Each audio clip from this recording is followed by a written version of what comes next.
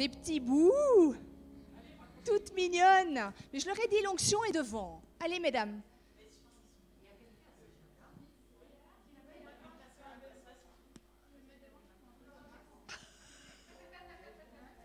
Voilà, Gisèle va montrer l'exemple.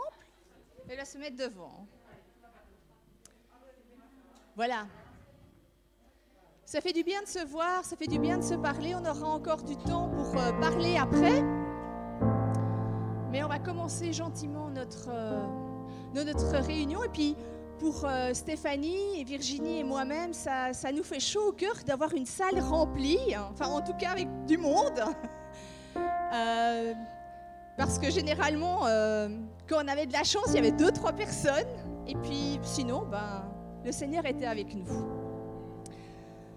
Alors, vraiment, je vais vous accueillir dans le nom du Seigneur. Vraiment, sentez-vous à l'aise. Ici, parmi vous, dans ces nouveaux locaux, vous avez vu que le tapis a été refait, la déco, etc. Donc, vraiment, sentez-vous à l'aise, sentez-vous accueillis par nous-mêmes, mais aussi, surtout, par le Seigneur. Et cette année, cette terrible année, doucement, gentiment, on voit le bout du tunnel. Enfin, cette année Covid, Dieu voulant, j'espère, Dieu voulant, j'ai confiance, on voit le bout du tunnel. Et pendant cette année, le Seigneur n'a pas pris congé. Le Seigneur, il n'avait pas le Covid. Il n'était pas en confinement. Il a continué à nous parler, à chacune de nous individuellement. Et il a aussi continué son œuvre au travers d'entre elles. Et je veux encore remercier Virginie et Stéphanie pour tout le travail qu'on a effectué ensemble et pour ce que le Seigneur a fait à travers entre elles. Je veux vraiment le remercier pour les choses qui ont été vécues par chacune d'entre vous et d'abord par nous-mêmes, parce que quand on vous parle de quelque chose, c'est d'abord à nous-mêmes que le Seigneur nous parle et nous interpelle. Et donc nous aussi, on a vécu des guérisons. Et vous aussi, j'en suis persuadée, parce que Dieu est à l'œuvre. Et avant de laisser la place à Ruth, j'aimerais juste vous partager un tout petit passage dans 1 Thessaloniciens 5, du verset 23 au verset 24. C'est Paul qui dit « Que le Dieu de paix vous sanctifie lui-même tout entier, tout entière. Que tout votre être, l'esprit, l'âme et le corps. » Alors là, on en a entendu parler d'esprit, âme et corps, mais là de nouveau, que tout votre être entier, l'esprit, l'âme et le corps, soient conservés sans reproche pour l'avènement de notre Seigneur Jésus-Christ. Celui qui vous a appelé est fidèle et c'est lui qui le fera. Et dans ce passage m'a touchée parce qu'on voit que Dieu conduit les choses. Même si nous ne les comprenons pas, même si on ne les comprend pas, Dieu conduit les choses. Dieu est là et il a toutes choses entre ses mains. Et ce, pour tous les domaines de notre vie. Il dit, notre âme, notre corps et notre esprit. Dieu veut prendre soin de tous les domaines de notre vie, que ce soit notre physique, que ce soit notre âme ou que ce soit notre esprit. Dieu est là et Dieu veut agir et il agit. Et des fois, la montagne nous paraît bien grande et insurmontable, comme ce Covid. Tout au début, on se demandait mais quand est-ce qu'on allait en sortir ? Quand la deuxième vague est venue, certaines ont été terrassées parce qu'elles se disent mais c'est pas possible. Pourtant, Dieu était là. Et celui qui vous a appelé fidèle, et c'est ça que moi j'ai aimé dans ce passage, celui qui vous a appelé fidèle, c'est Dieu qui nous appelle et c'est lui qui le fera. C'est lui qui le fera. C'est lui qui va nous aider à avoir nos guérisons. C'est lui qui va nous aider à toucher il va toucher notre corps, notre âme et notre esprit. C'est lui qui le fera. La montagne peut te paraître grande, mais le Seigneur va t'aider de la passer, de la surmonter. Et ça a été le thème de toute cette année avec vous. C'était notre fameux Luc 4, verset 18. Attendez que je le retrouve. Voilà. L'Esprit du Seigneur est sur moi, parce qu'il m'a oint pour guérir ceux qui ont le cœur brisé, pour annoncer la bonne nouvelle aux pauvres.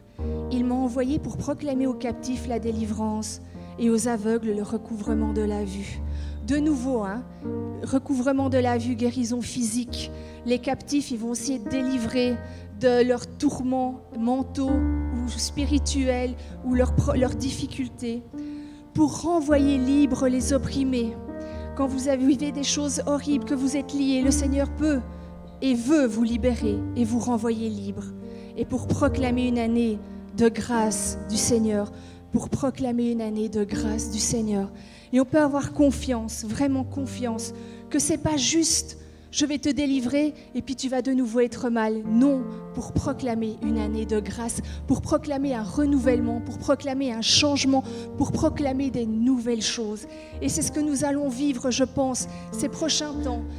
Le Covid va, Dieu voulant, et je prie pour ça, s'arrêter, ou en tout cas on va pouvoir retrouver une certaine liberté. Et dans cette nouvelle liberté, j'espère qu'on a toutes pu grandir dans le Seigneur et peut-être trouver nos dons, peut-être trouver comment le servir, peut-être nous rapprocher davantage de lui et on va en sortir différentes, des nouvelles créatures, touchées par sa grâce.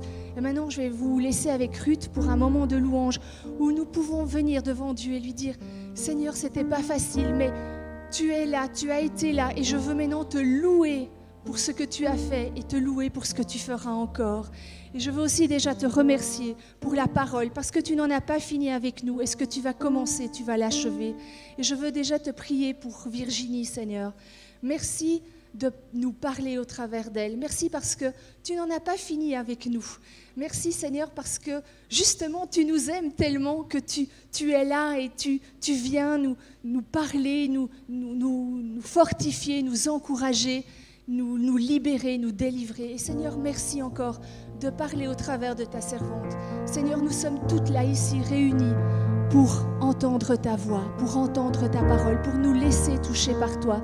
Et Seigneur, je te prie maintenant que tout ce qui ne vient pas de toi, tout ce qui est dans nos têtes et qui nous perturbe, qui nous tracasse, nous voulons vraiment te les déposer à la croix afin d'être concentrés à 100% sur toi et recevoir, Seigneur, tout ce que tu veux que nous recevions. Seigneur, nous voulons être gourmandes de toi. Nous avons faim de toi et nous voulons être gourmandes de toi. Et Seigneur, nous ne voulons pas laisser de miettes, Seigneur, mais nous voulons vraiment recevoir ta parole. Alors bénis Virginie, bénis Ruth, bénis les moments de prière peut-être qu'on aura après, Seigneur. Bénis notre communion fraternelle. En tout cas, merci parce qu'il est bon pour des sœurs et des frères de se retrouver ensemble et dans ta maison pour louer ton nom. Béni sois-tu, Seigneur, et merci pour ton œuvre. Agis encore ce matin, agis ce soir, au nom de Jésus. Amen.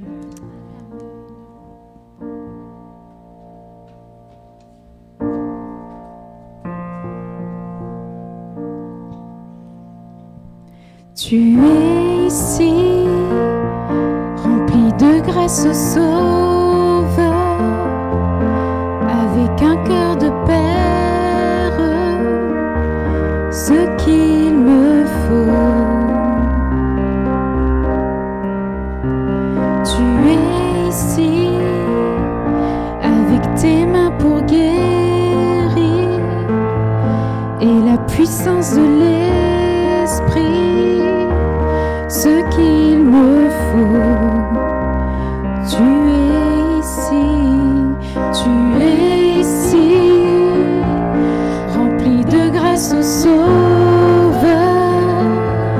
avec un cœur de Père, ce qu'il me faut. Tu es ici, avec tes mains pour guérir, et la puissance de l'Esprit, ce qu'il me faut. On reprend, tu es ici.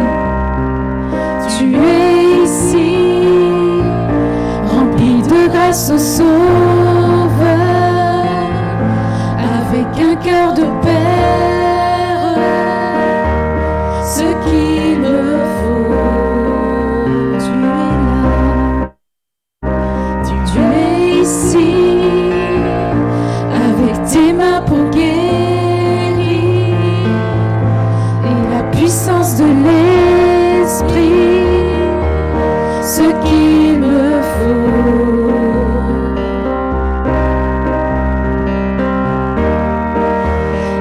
je prononce ton nom, Jésus, toute chaîne se brise. Je sais que tu peux tout faire.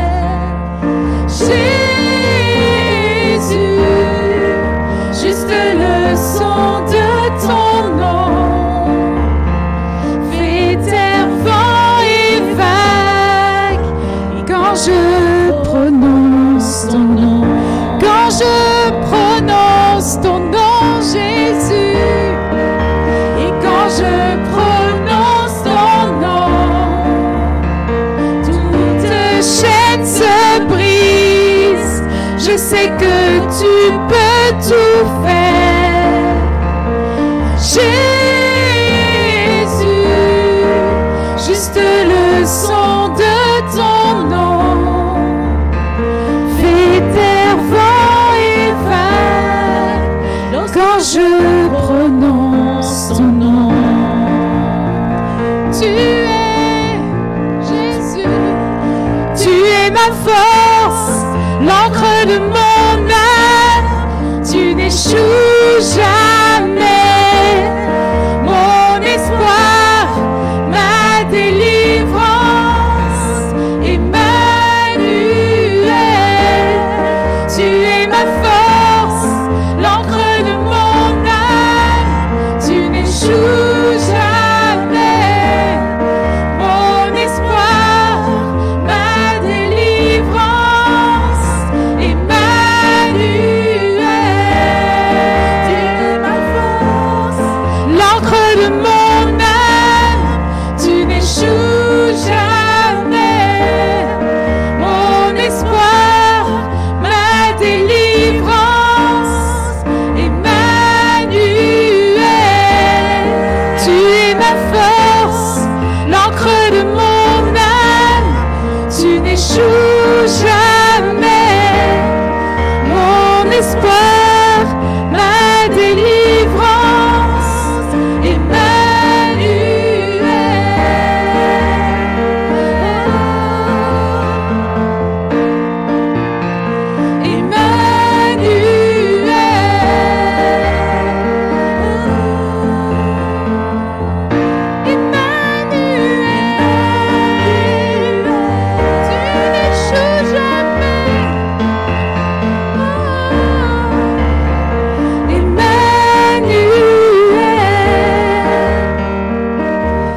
tu es ma force.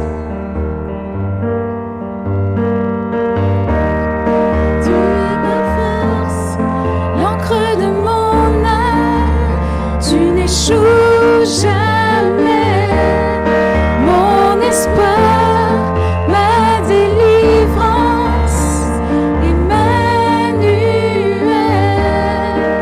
tu es ma force, l'encre de mon âme, tu n'échoues jamais.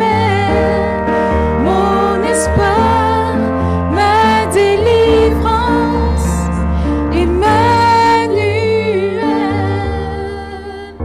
Quand je prononce ton nom, toute chaîne se brise. Je sais que tu peux tout faire. Jésus, juste le son de ton nom fait taire vent et vague. Quand je prononce ton nom, une dernière fois, quand je prononce ton nom, Jésus, et quand je prononce ton nom, toute chaîne se brise. Je sais que tu peux tout faire. Jésus,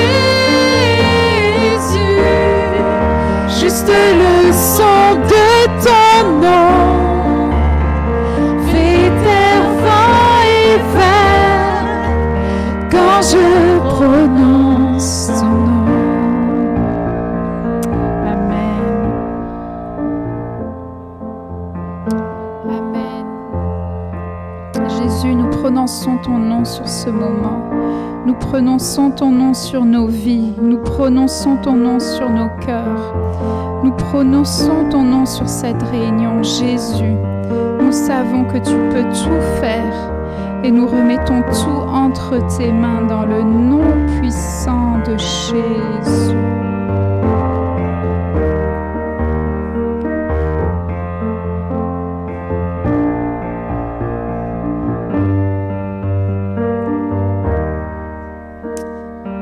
Amen. Amen, amen. Alors on laisse toute la place à Virginie. Que Dieu te bénisse et te conduise.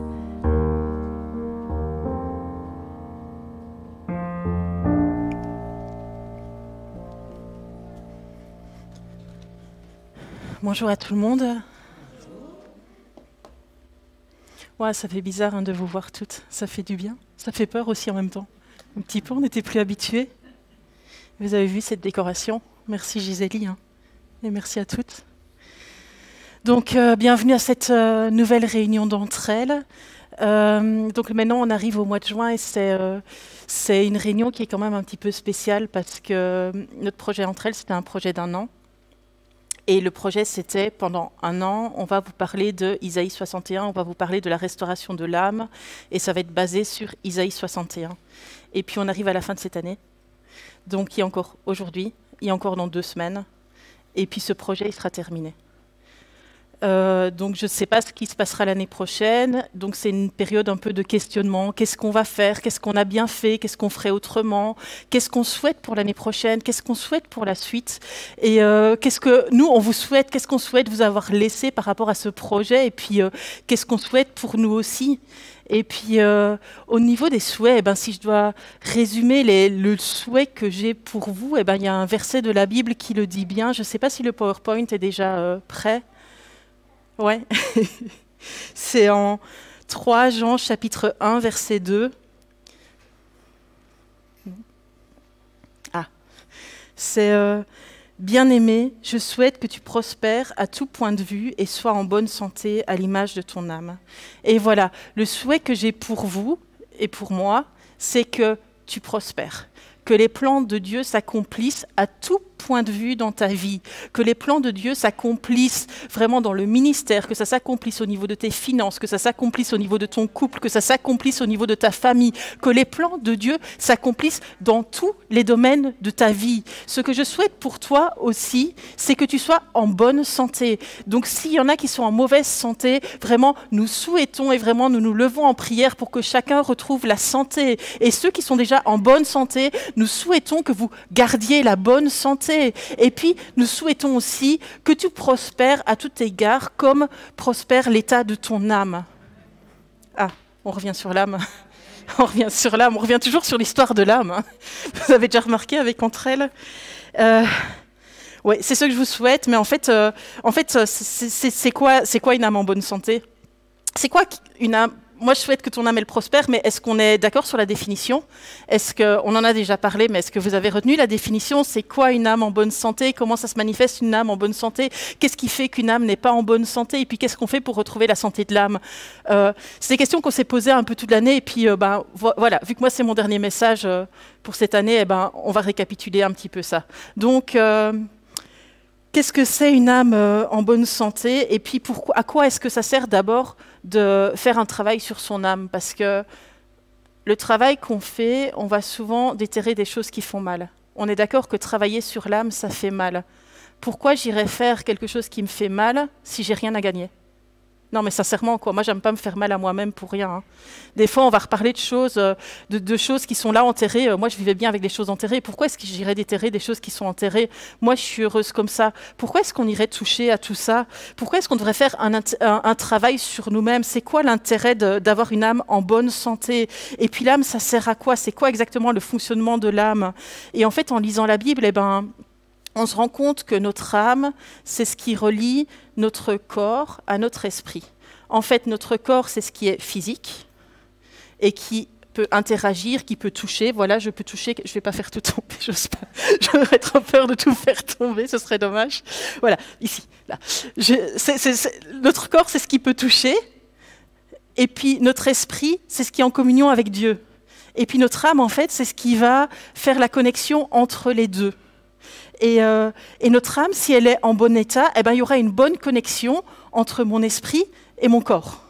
Mais si mon âme elle n'est pas en bon état, il n'y aura pas une bonne connexion entre mon esprit et mon corps. Et mon âme, elle va être un peu comme un filtre. Vous avez déjà vu Snapchat? Les gens qui ils font des photos, et puis selon le filtre, eh ben, on est soit très beau, soit très moche. Et notre âme, eh ben, c'est ça. En fait, il y a une réalité, c'est on est chrétien, notre esprit a été renouvelé. Ça, c'est une réalité. Après, la façon dont les autres vont le percevoir et la façon dont on va relationner, ça va passer au travers du filtre de l'âme. Et donc, mon esprit est renouvelé, mais qu'est-ce qui va sortir de moi? Qu'est-ce que toi, tu vas voir? Eh bien, il y aura un filtre entre. Et ce filtre, c'est l'âme. Alors, j'ai mis des photos, je ne sais pas si Stéphanie... Voilà. Ça, c'est une photo sans filtre. Prise totalement au hasard. Hein. Après, on peut mettre la photo après, une photo avec un bon filtre. On est belle, hein? Quand tu as une âme en bonne santé, tu as reçu quelque chose dans ton esprit et tu le ressors d'une façon qui est belle, c'est joli, parce que le filtre, il fonctionne bien. Mais des fois, le filtre, il ne fonctionne pas. On peut mettre la photo d'après? Voilà. Quand l'âme elle est en mauvaise santé, on est moins belle. Ce qui sort de nous, c'est moins joli. Pourtant, ce qu'on avait reçu à la base au niveau de l'esprit, c'est exactement la même chose. Mais selon l'état de ton âme, eh ben, ça va sortir soit quelque chose de joli, ou soit ça. Voilà. Donc comme ça, je pense que tout le monde retiendra maintenant c'est quoi l'âme et à quoi ça sert. Et l'âme, en fait, donc je vous disais, ça sert à relationner avec les autres, vu que c'est ça qui va venir filtrer ce qu'il y a dans notre esprit et le sortir. C'est ce qui va nous aider à relationner avec les autres. Et en Deutéronome, chapitre 6, verset 5, c'est écrit « Tu aimeras l'Éternel, ton Dieu, de tout ton cœur, de toute ton âme et de toute ta force. Dans l'amour, l'âme intervient. » Et c'est pas dit une fois dans la Bible, c'est dit 2 fois dans la Bible. En Matthieu, chapitre 22, verset 37, c'est écrit « Jésus lui répondit « Tu aimeras le Seigneur, ton Dieu, de tout ton cœur, de toute ton âme et de toute ta pensée. » Donc si ton âme est abîmée, tu vas faire comment pour aimer? Tu vas faire comment pour recevoir de l'amour et pour donner de l'amour? Dans ton esprit, tu veux, ton esprit, oui, mais est-ce que tu vas être capable de le faire? Et est-ce que l'autre va percevoir ce que tu fais? Ou est-ce que ça va être une image un peu bizarre, un peu déformée? C'est une question. Hein. Et en fait, pour être capable d'aimer les autres et de s'aimer soi-même, eh ben, et puis aussi d'aimer Dieu, en fait, il faut avoir une âme en bonne santé.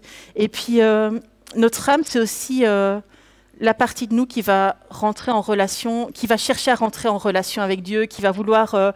notre âme, c'est cette partie de nous qui va nous dire oh, reste à la maison, ça sert à rien, les chrétiens, ils ne t'aiment pas. Oh, ouais, mais franchement, les gens, c'est tous des hypocrites. Oh, il fait froid dehors. Ah, j'ai pas envie de me lever. Je vais pas lire ma Bible aujourd'hui, je suis fatiguée, je la lirai demain. Ton âme, elle va intervenir là-dedans. Et si ton âme, elle est en bonne santé, tu vas plus facilement réussir à aller chercher ton Dieu parce que ton esprit, il a envie d'être connecté à Dieu. Et il y aura plus ce filtre qui va te pousser à t'éloigner de ton Dieu. Psaume 42, verset 3, c'est écrit « Mon âme a soif de Dieu, du Dieu vivant ». C'est l'âme qui a soif. C'est l'âme qui... L'esprit, il est là, on n'en parle plus. Mais c'est l'âme qui a soif, c'est l'âme qui fait que tu vas faire ce pacte, tu vas avoir cette soif. En Psaume chapitre 63, verset 2, c'est écrit « Ô Dieu, tu es mon Dieu, je te cherche, mon âme a soif de toi ». En Deutéronome chapitre 4, verset 29, c'est écrit « Tu chercheras l'Éternel, ton Dieu, et tu le trouveras si tu le cherches de tout ton cœur, de toute ton âme. » C'est pour ça que dans les psaumes, le psalmiste, il va parler à son âme. Il va dire à son âme, mon âme bénit l'Éternel, mon âme cherche l'Éternel. Psaume 146, verset 1, c'est écrit, louez l'Éternel, loue l'Éternel, mon âme. Le psalmiste parle à son âme. On a vraiment besoin de guider notre âme, de changer notre âme pour que cette âme ne soit plus le mauvais filtre qui fait que l'image est moche, mais que ce soit ce beau filtre qui fait que l'image, elle est sublimée. Et voilà. Et si ton âme, elle est en mauvais état, eh ben, en fait, le Saint-Esprit aura beau te parler, ton âme, elle va toujours parler plus fort que le Saint-Esprit. Et l'âme, elle va dire « et moi, et moi, et moi, et moi, et moi, je suis triste, et moi, je suis ceci, et moi, j'ai faim, et moi, j'ai soif, et moi, et moi, et moi. » Et en fait, du coup, tu n'arriveras pas à communiquer ce que l'Esprit te donne parce que ton âme, elle sera toujours là en train d'essayer de parler plus fort. Elle sera en fait en concurrence avec l'Esprit de Dieu qui est en toi et elle va t'empêcher d'avoir une vraie relation avec Dieu. C'est pour ça en fait qu'avoir une âme en bonne santé, c'est important dans ta relation avec les hommes, mais ça va être aussi important dans la relation avec Dieu. Et quand on a une âme en bonne santé, en fait, eh ben, c'est toute ton existence qui est dans la joie. Alors, quelqu'un qui est malheureux n'a pas une âme forcément en mauvaise santé. Il y a des événements tristes dans la vie. On ne va pas vous dire de porter un masque et faire semblant d'être heureux le jour du malheur. La question, elle n'est pas là. Je pense qu'il y a vraiment un temps pour tout. Il y a un moment où on est triste et puis voilà, on a eu une mauvaise nouvelle, il s'est passé quelque chose et on est triste. Mais l'âme reste en paix, en fait. Malgré les épreuves, malgré les tempêtes, l'âme reste en paix. Et en Psaume 31, verset 8, c'est écrit « Je serai par ta grâce dans l'allégresse et dans la joie, car tu vois ma misère, tu connais les angoisses de mon âme. » Donc c'est quelqu'un qui n'est pas en train de vivre une vie parfaite, mais pourtant il y a quand même quelque chose en lui qui reste stable, parce que son âme est en bonne santé. En Psaume 84, verset 3, c'est écrit « Mon âme soupire et même languit après les parvis de l'Éternel. Tout mon être pousse des cris de joie vers le Dieu vivant. » Donc on voit qu'il y a une âme qui soupire, qui pourrait être triste et tout ça, mais pourtant elle est tournée vers l'Éternel et donc elle pousse quand même des cris de joie malgré les circonstances, malgré les tristesses, malgré les mauvaises nouvelles, malgré la maladie, malgré tout ce qui peut se passer dans une vie, peut-être des personnes qui sont contre, l'âme, quand elle est en bon état, la personne va quand même avoir une joie.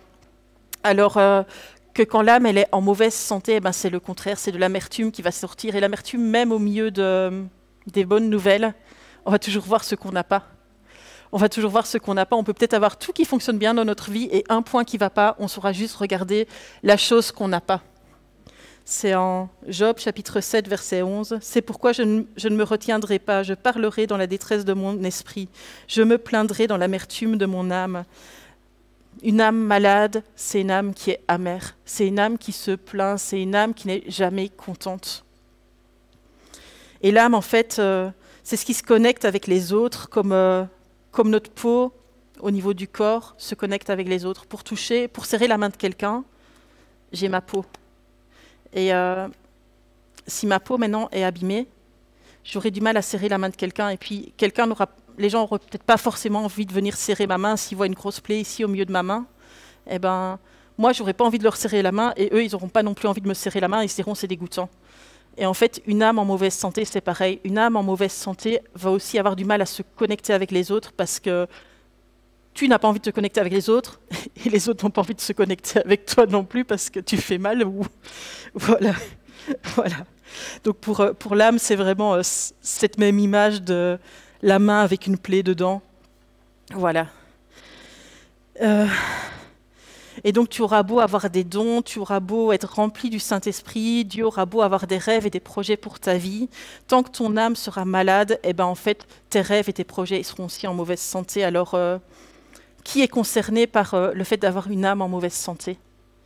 Est-ce que c'est les personnes qui ont eu une mauvaise enfance ? Est-ce que c'est... Je ne sais pas. Et en fait, en regardant la Bible, c'est écrit dans Psaume 119, 28, « Mon âme est accablée de tristesse. Relève-moi conformément à ta parole. » Donc on voit que les tristesses viennent accabler l'âme. En fait, c'est les tristesses, les chocs, les traumatismes, les mauvaises nouvelles, les mauvais traitements, tous les événements traumatiques qu'on a vécus sont venus abîmer l'âme. Mais en fait, il n'y a pas que ça. On n'est pas que des victimes parce qu'il y a d'autres choses aussi qui viennent abîmer notre âme. Et c'est où ? C'est en Psaume 41, verset 5, c'est écrit « Je dis à l'Éternel, aie pitié de moi, guéris mon âme, car j'ai péché contre toi. » Donc le péché abîme aussi notre âme.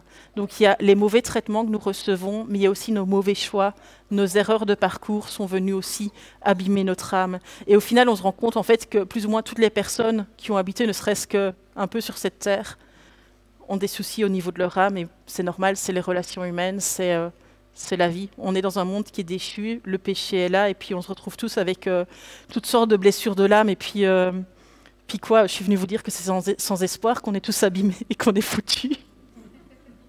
Non, je vous promets, c'est ça que, non, je suis pas venue vous dire ça en fait. C'est que Dieu, il a envie de nous donner beaucoup plus, et pour ça, il a vraiment besoin de venir guérir notre âme. Et en Marc chapitre 14, versets 32 à 34, c'est écrit: ils se rendirent ensuite dans un endroit appelé Gethsémané. Ouah, Gethsémané, qu'est-ce que ce mot il me touche. Et Jésus dit à ses disciples: asseyez-vous ici pendant que je prierai. Il prit avec lui Pierre, Jacques et Jean. Il commença à être saisi de frayeur et d'angoisse. Il leur dit: mon âme est triste à en mourir, restez ici éveillés. Et bien sûr que non, c'est pas sans espoir, parce qu'il y a déjà quelqu'un qui a payé pour les maladies de ton âme. Il y a déjà quelqu'un qui a payé ce prix. Il y a déjà quelqu'un qui a vécu tes angoisses. Il y a déjà quelqu'un qui a vécu tes douleurs. Il y a déjà quelqu'un qui a vécu tout ça. Alors pourquoi est-ce que toi, tu irais encore vivre quelque chose? Enfin, c'est comme si maintenant, moi je vais à la boulangerie, je te paye un pain, et toi tu veux payer le boulanger, c'est quoi ton problème? Et nous on fait ça tellement souvent. Jésus, il a déjà payé pour nos douleurs, mais nous on veut quand même, on reste là, on persiste à vouloir quand même vraiment rester dans nos trucs, alors que lui il a déjà payé pour ça. Eh ben non, en fait, Jésus, il a souffert pour ça. Et du fait qu'il ait souffert pour ça, il est devenu le gardien de nos âmes. C'est en 1 Pierre, chapitre 2, versets 24 à 25. Lui qui a lui-même porté nos péchés dans son corps à la croix, afin que, libérés du péché, nous vivions pour la justice. C'est par ces meurtrissures que vous avez été guéris. Vous étiez en effet comme des brebis égarées, mais maintenant, vous êtes retournés vers le berger et le protecteur de vos âmes. Jésus, en fait, c'est le gardien de nos âmes. Et en tant que gardien, il a des instructions, il a des choses à nous dire. C'est le berger. Je pense que vous savez toutes que j'ai des chèvres. Et en tant que bergère, je sais que mes animaux, je dois les limiter. Sinon, mes animaux, ils vont marcher sur le toit des voisins. Ils vont aller marcher sur l'autoroute et ils vont aller manger toutes les plantes, toutes les fleurs de chez tout le monde. Mais Jésus, c'est le gardien de notre âme, c'est notre berger. Et en tant que berger, il nous place des limites, comme moi avec mes chèvres. Vous êtes plutôt des moutons que des chèvres, hein, mais moi, je parle juste de ceux que je connais. Et en tant que gardien de nos âmes, il nous a donné des instructions, il a donné des clés, il a donné des choses à faire, et il a aussi expliqué des choses à ne pas faire. Et pourquoi est-ce qu'il a fait tout ça? C'est pas pour nous embêter, c'est pas parce qu'il est sévère, c'est pas pour qu'on mérite son amour. Hein, mais je vais revenir sur mes feuilles, en fait. L'objectif de Dieu, c'est qu'on rentre dans son repos, qu'on rentre dans le repos de Dieu. Si lui, il nous a mis des limites, comme moi j'ai mis un grillage à mes chèvres, c'est pour qu'on rentre dans le repos de Dieu. Moi, mes chèvres, je veux juste les sécuriser. Et des fois, même, je mets un fil électrique, quand elles veulent vraiment pas comprendre, je mets un fil électrique. Elles doivent penser que je suis méchante, mais c'est leur sécurité. Là, c'est pareil, en fait. Jésus, il nous a mis des limites, mais pas pour nous embêter. Il nous a mis des limites pour notre sécurité à nous, pour que notre âme, elle soit en bonne santé. En Psaume 116, versets 7 à 9, c'est écrit « Retrouve le repos, mon âme, car l'Éternel t'a fait du bien. » C'est vraiment son objectif, c'est faire du bien à ton âme. Et la Bible donc nous donne plein d'instructions, des indications à savoir comment faire pour avoir une âme en bonne santé. Et c'est écrit en Matthieu chapitre 11, verset 29, « Acceptez mes exigences et laissez-vous instruire par moi, car je suis doux et humble de cœur, et vous trouverez le repos pour votre âme. » Tu veux une âme en bonne santé? Accepte ses exigences et laisse-toi instruire par lui. En Proverbes chapitre 3, versets 21 à 22, c'est écrit « Mon fils, que ces conseils ne s'éloignent pas de tes yeux, garde le discernement et la réflexion, ils seront la vie de ton âme et l'ornement de ton cou. » La vie de ton âme, tu veux la vie de ton âme? Écoute les conseils qui sont dans la parole de Dieu. En Luc chapitre 21, verset 19, c'est écrit « Par votre persévérance, vous sauverez votre âme. » Persévère. Persévère dans ce qu'il t'a demandé. En Jacques chapitre 1, verset 21, c'est écrit « Accueillez avec douceur la parole qui peut sauver votre âme. » La parole peut sauver votre âme. Accueillez la parole. En Psaume chapitre 25, verset 12 à 13, c'est écrit que l'âme de celui qui craint l'Éternel, elle repose en paix. Je paraphrase. Et là, ça peut ressembler à une liste de choses à faire, mais non, c'est juste une limite. C'est une limite, c'est des choses qu'on vous demande pour que vous soyez dans la paix. Dieu, il est Dieu, que vous obéissiez ou pas. Hein. Dieu, il reste Dieu. Ça ne change rien à sa vie que vous obéissiez ou pas. En fait, quand Dieu vous demande des choses, c'est pour vous, c'est pas pour lui. Hein.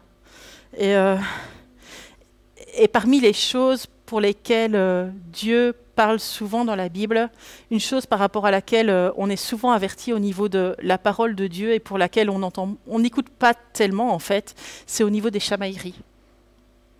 Au niveau des chamailleries, et vous êtes peut-être en train de vous dire, et quoi, on est venu ici pour entendre que les chamailleries, c'est pas bien. On le savait déjà, on peut prendre nos affaires et partir.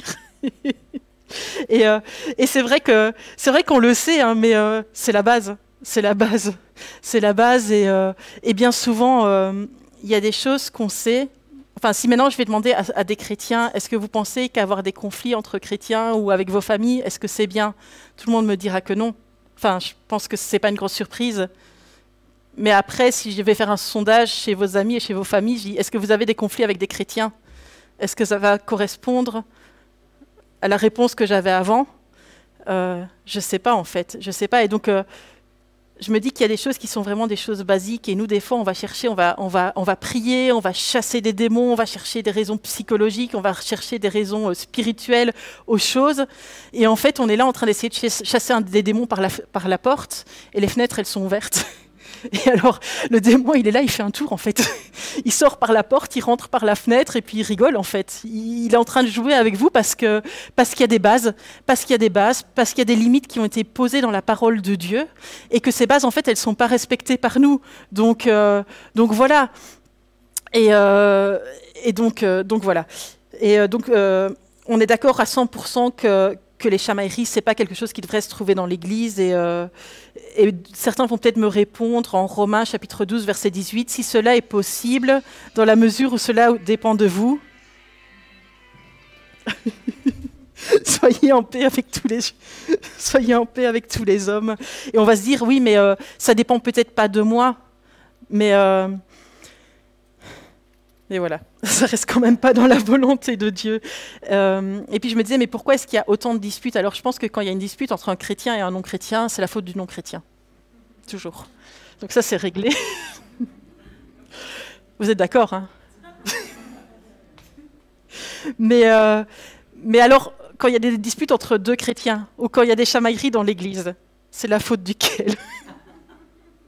Je me suis dit, c'est quoi les portes qui sont ouvertes pour qu'il y ait des chamailleries dans les églises? Parce que, je ne sais pas, il y a des légendes qui disent qu'il y a même des églises qui se sont séparées parce qu'on a changé la couleur du tapis. On a changé la couleur du tapis. Hein.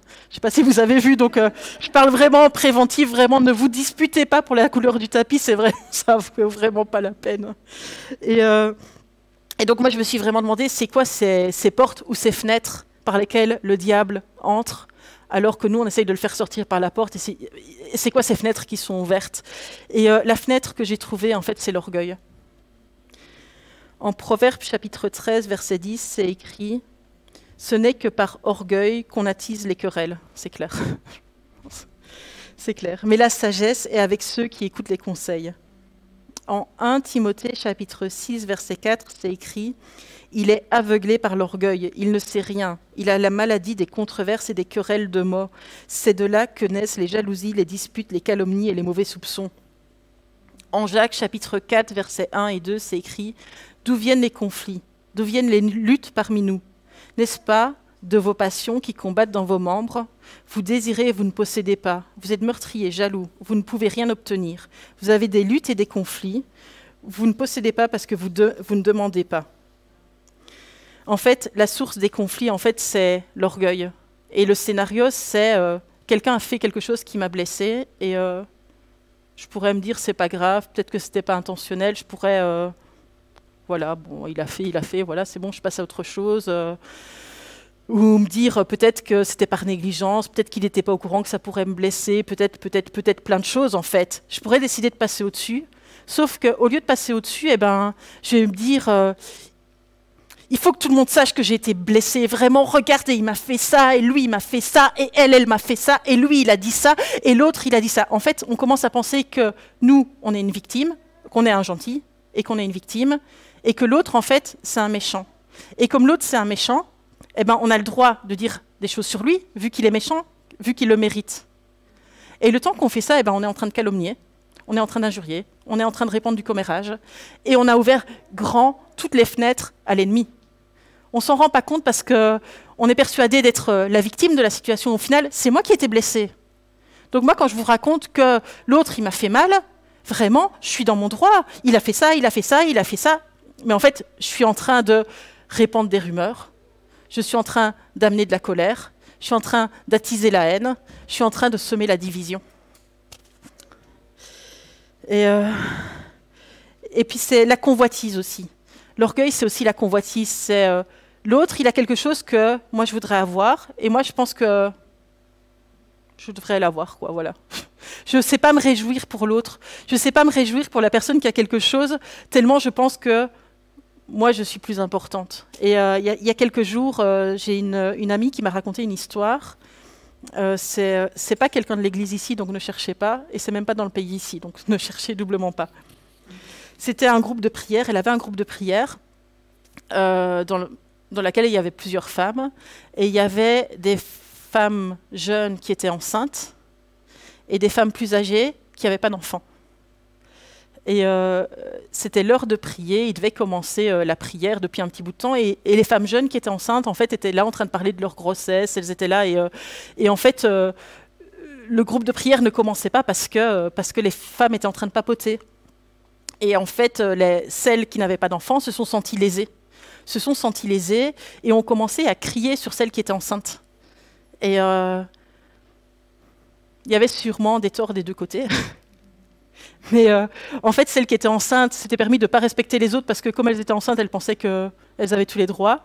Et celles qui n'avaient pas d'enfants s'étaient dit, bah, moi, je n'ai pas ce que les autres, elles ont, donc j'ai le droit de les détester. Et elles avaient laissé la colère rentrer dans leur cœur. Et en fait, au final, tout le monde s'est disputé. Le résultat a été que la présence de Dieu est sortie du groupe de prière et le groupe de prière a explosé. En fait, au final, le seul qui a été gagnant dans ce groupe de prière, c'était l'ennemi. C'était ni les femmes enceintes, ni les femmes qui n'avaient pas d'enfants, mais c'était vraiment ces portes qui avaient été ouvertes à l'ennemi, à se dire « moi, je veux ce que l'autre n'a pas », à se dire « moi, j'ai donc, regardez, je peux vous marcher sur les pieds ». Et ce manque d'amour des deux côtés, cet orgueil des deux côtés a fait qu'au final, ni l'une ni l'autre n'avaient raison, et le groupe a explosé, et au final, ils étaient toutes perdantes parce qu'ils n'avaient plus la présence de Dieu.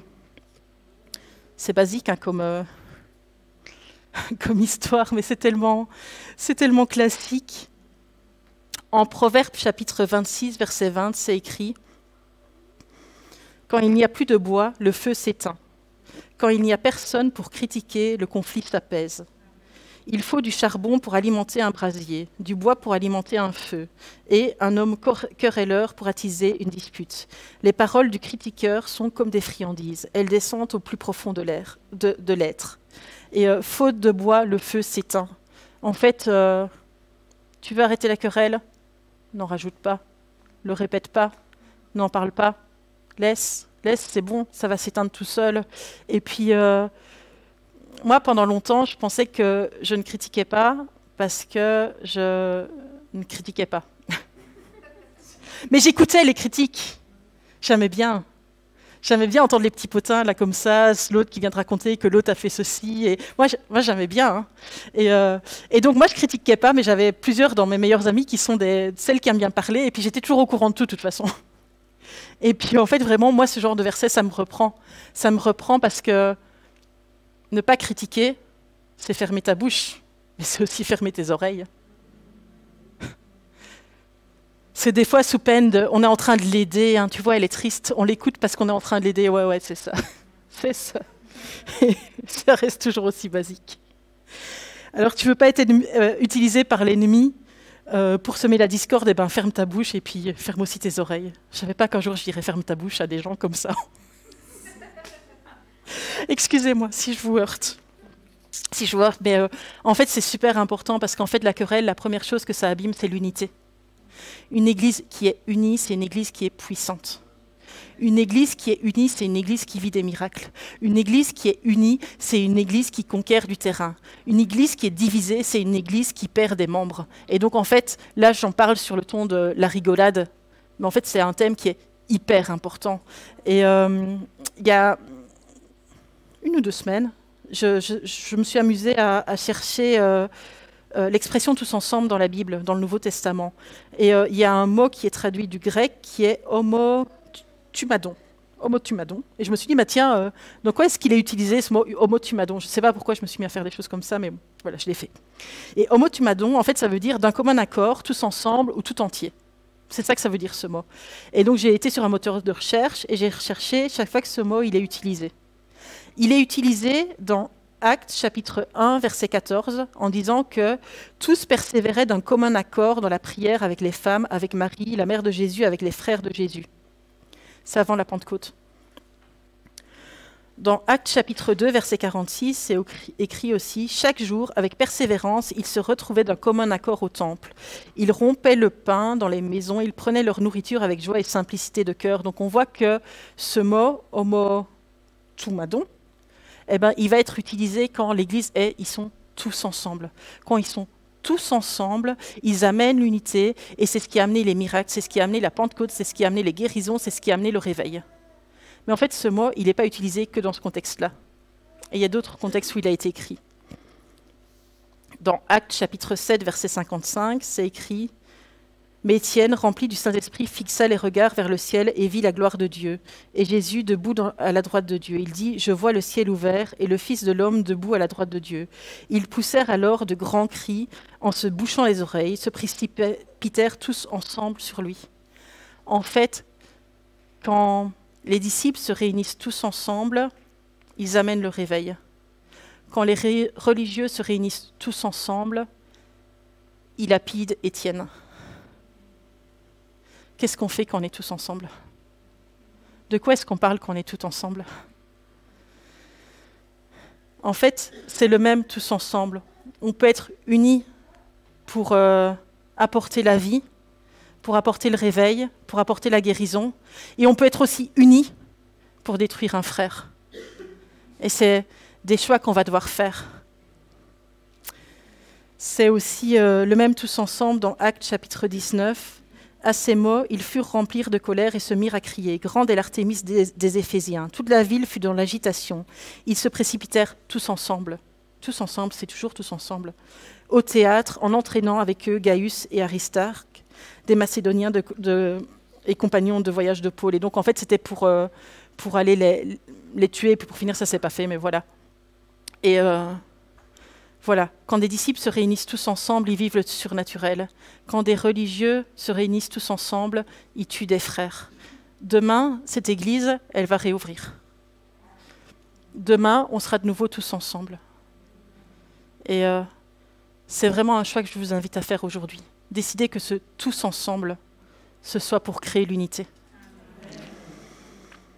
Une autre raison pour laquelle c'est tellement important de se garder des discordes, de se garder des chamailleries, c'est à cause de la paix.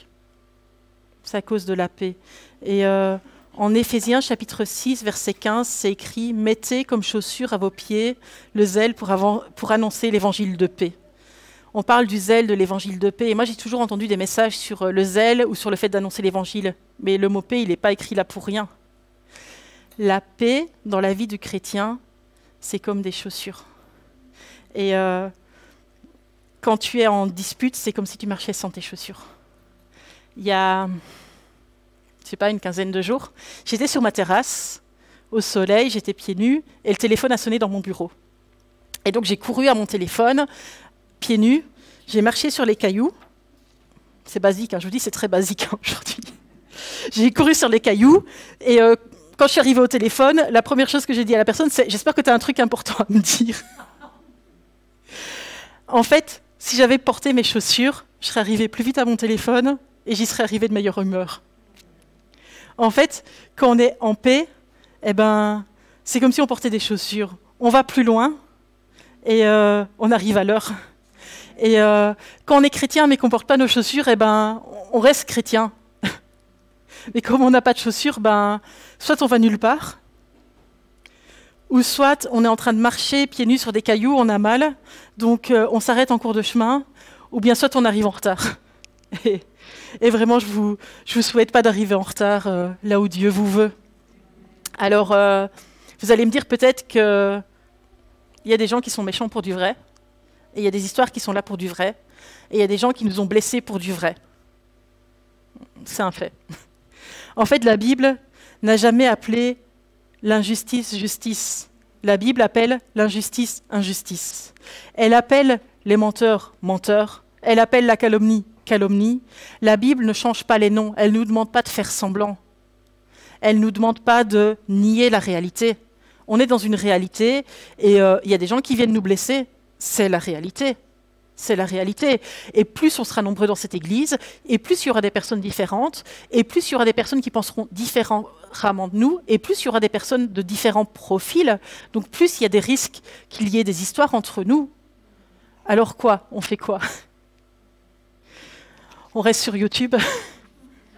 Comme ça, on est sûr de croiser personne. Mais non, la Bible, en fait, elle appelle les choses par leur nom. Et par exemple, une chose qu'elle appelle par son nom, c'est la mort de Jésus, la crucifixion de Jésus. C'était une injustice et ça a été appelé injustice. En Isaïe chapitre 53, versets 3 à 5, c'est écrit « Méprisé et délaissé par les hommes, homme de douleur, habitué à la souffrance, il était pareil à celui face auquel on détourne la tête. Nous l'avons méprisé, nous n'avons fait aucun cas de lui. » Donc la Bible ne nous fait pas un tableau rose d'une histoire qui a été injuste. La Bible, elle appelle les choses par leur nom. Pourtant, ce sont nos souffrances qu'il a portées, ce sont nos douleurs qu'il s'est chargées. Et nous l'avons considéré comme puni, frappé par Dieu et humilié. Mais lui, il était blessé à cause de nos transgressions, brisé à cause de nos fautes. La punition qui nous donne la paix est tombée sur lui. C'est par ses meurtrissures que nous sommes guéris. En fait, la mort de Jésus, c'était vraiment l'injustice extrême. Et il y a une chose qui m'a marquée ces derniers temps, c'est que quand Jésus est rentré dans Jérusalem, il savait qu'il y aurait cette injustice. C'est écrit en Luc chapitre 13, verset 31. Ce même jour, les pharisiens vinrent lui dire, donc lui c'est Jésus, « Va-t'en, pars d'ici, Hérode veut te faire mourir. » Il leur répondit, « Allez dire à ce renard, voici, je chasse les démons et je fais des guérisons aujourd'hui et demain. Et le 3e jour, j'aurai fini. Il faut que je poursuive ma route aujourd'hui, demain et le jour suivant, car il ne convient pas qu'un prophète meure ailleurs qu'à Jérusalem. » Quand Jésus est rentré à Jérusalem, il savait qu'il allait vivre l'injustice, il savait qu'il serait roué de coups, il savait qu'il serait crucifié, il savait qu'il allait vivre l'horreur. Et quoi? En fait, le problème des chamailleries, c'est pas le fait qu'il y ait un problème. Le problème des chamailleries, c'est l'amour. Jésus, lui, a tellement aimé l'homme que malgré le fait qu'il savait qu'il allait vivre tout ça, il les a quand même aimés. Il les a quand même guéris. Il les a quand même appelés à lui. Il est quand même mort pour eux. Le juste est mort pour des injustes. Et en fait, les discordes entre nous, ce n'est pas un problème de justice ou d'injustice, c'est un problème d'amour. Et moi, par rapport à la réouverture de cette église, je veux vraiment prendre la décision d'aimer comme Jésus. Et ça aussi, c'est basique. C'est basique. Voilà, merci.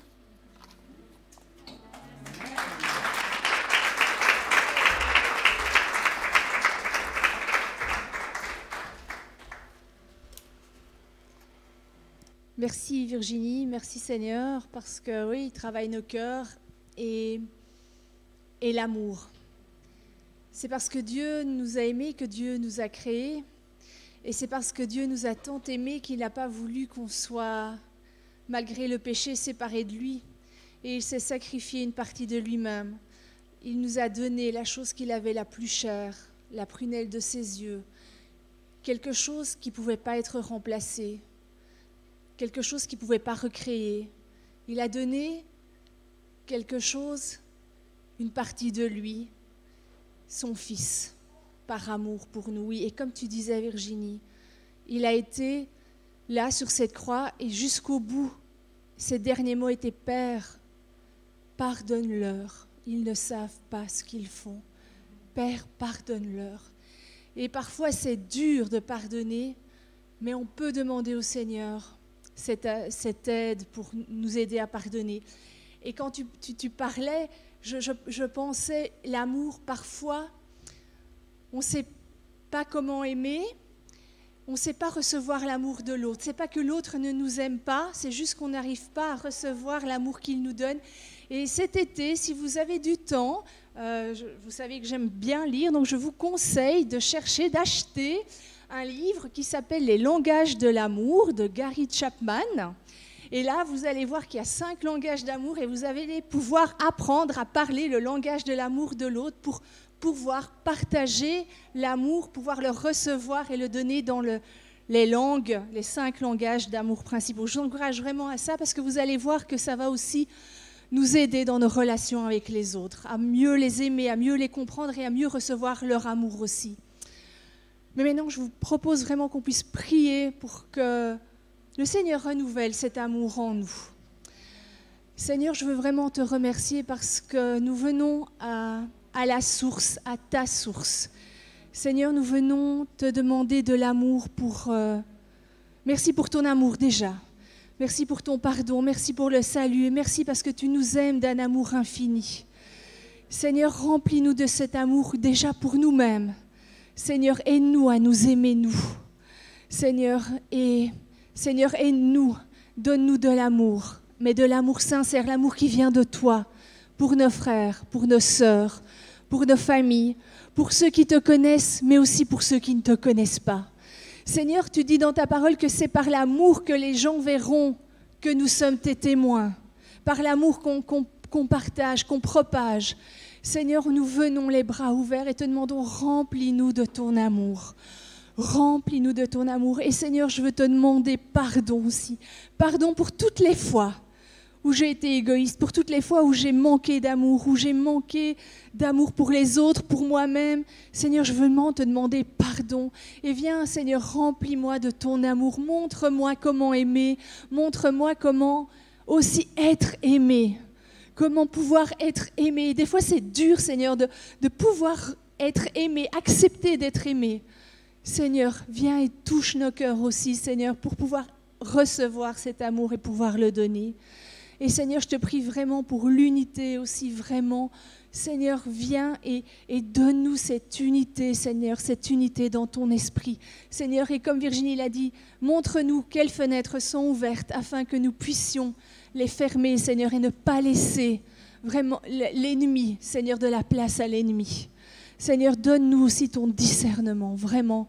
Merci d'agir dans nos vies encore et toujours. Et glorifie-toi, Seigneur, glorifie-toi. Au nom de Jésus, Amen.